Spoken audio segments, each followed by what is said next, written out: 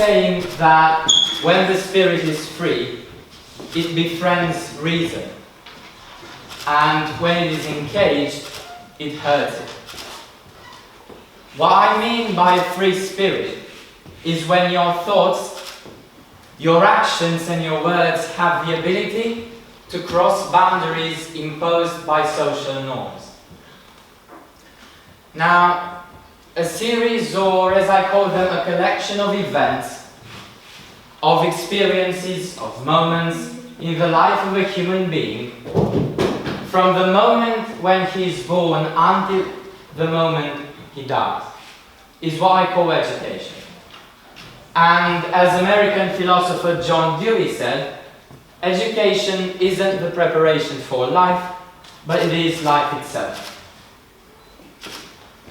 Now, the thing is that I believe that apart from basic adaptations, for example, if you see a tornado, you're not going to stand like this. Wow, a tornado! You are going to run away.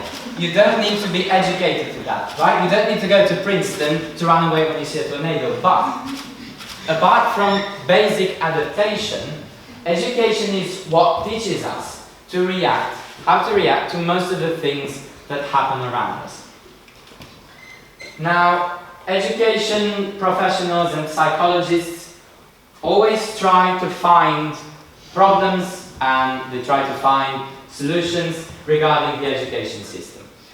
And what I think is a huge problem of our education system isn't the fact that school doesn't really prepare you for the real life.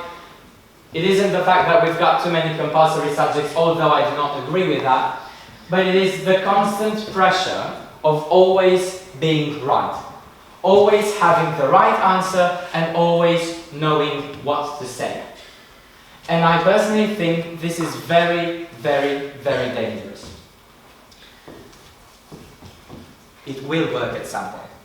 Right, so, now, the thing that I want to focus on is a bit related to psychology, as some of my colleagues have already talked about psychology. I guess you're already getting used to that. You may get a PhD one day if you get through this TED talk.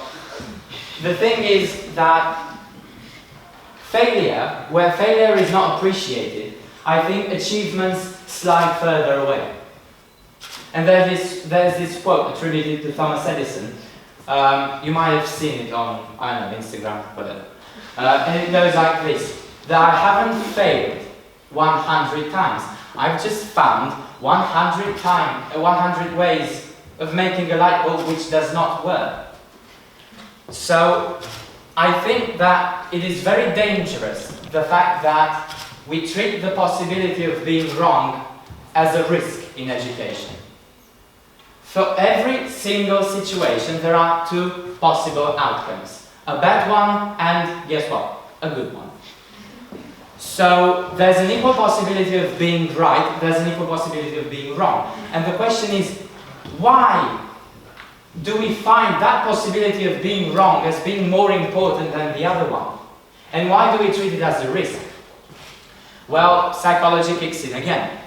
And there's this theory that published in 2001 in the Review of Journal of Psychology by a professor in the States. And this paper is called Bad is Stronger Than Good. And it talks about the fact that good things and bad things are processed by different regions of the brain. And the brain sort of cares about the bad things more than about the good ones.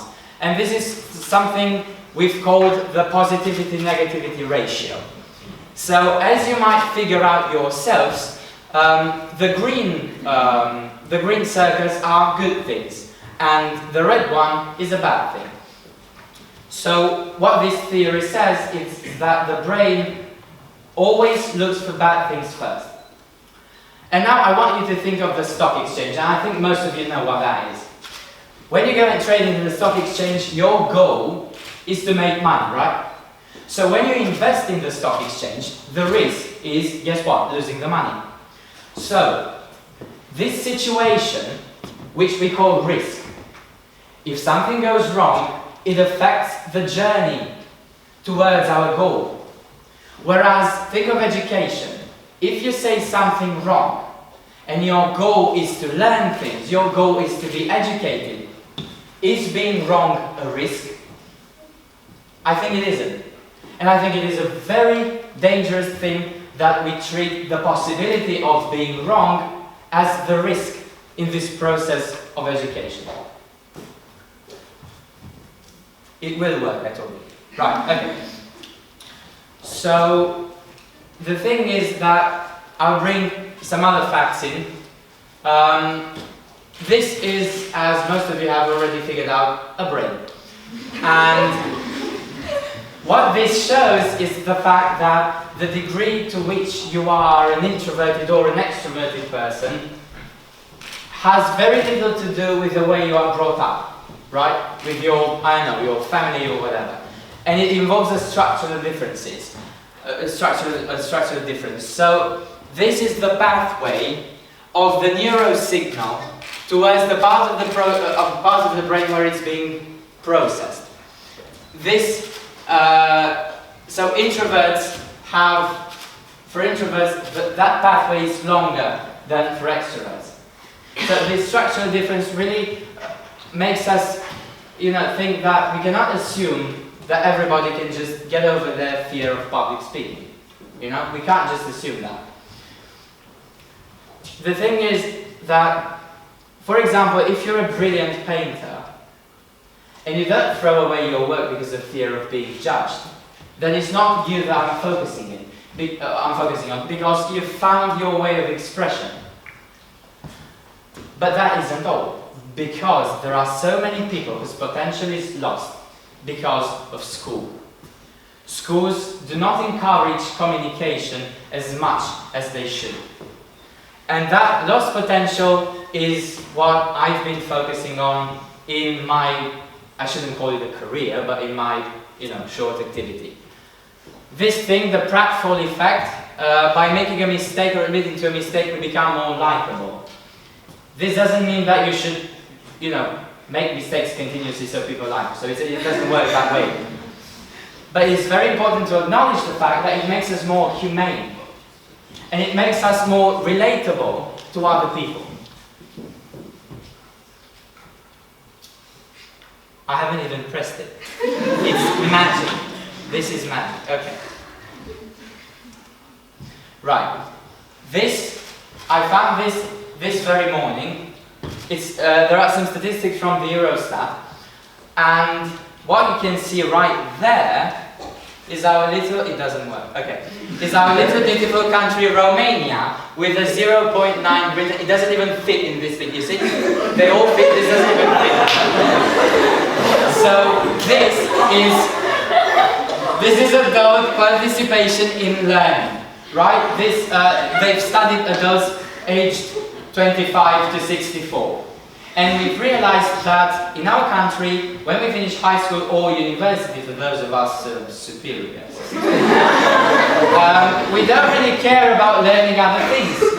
And as you can see, again, it doesn't even fit. So this is Bulgaria, that's 2.5, and Romania stacks in at 0.9% of the population aged 25 to 64. Now, if you are familiar with MUN, you know it means Model United Nations. I guess you all are. I'm a trainer of MUN. That means I teach not only the rules, but also politics, international affairs, basic trade law, human rights law, and my favorite, macroeconomics. And I teach this to about 30 people, and some of them are here with me tonight, and I would like to thank them for coming.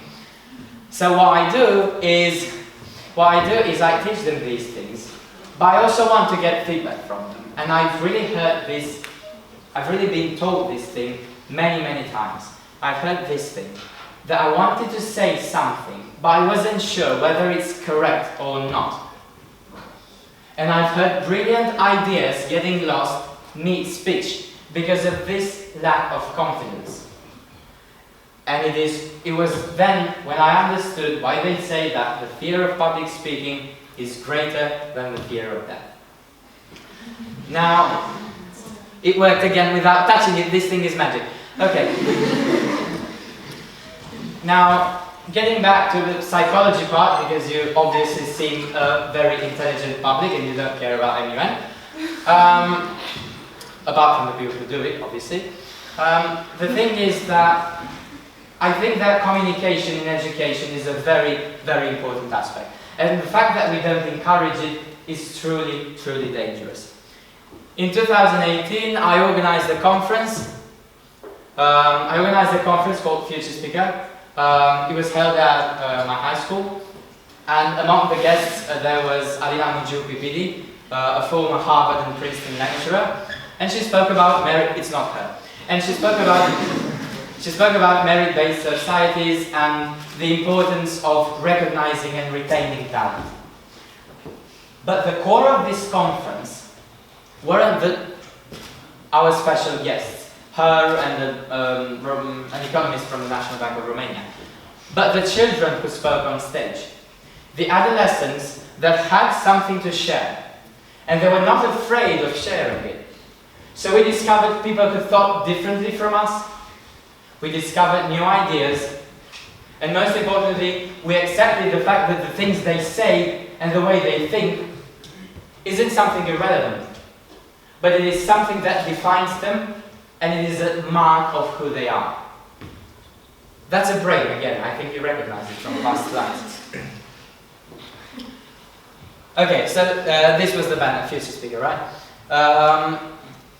Now, I have this theory that education is it's really a journey towards academical achievement.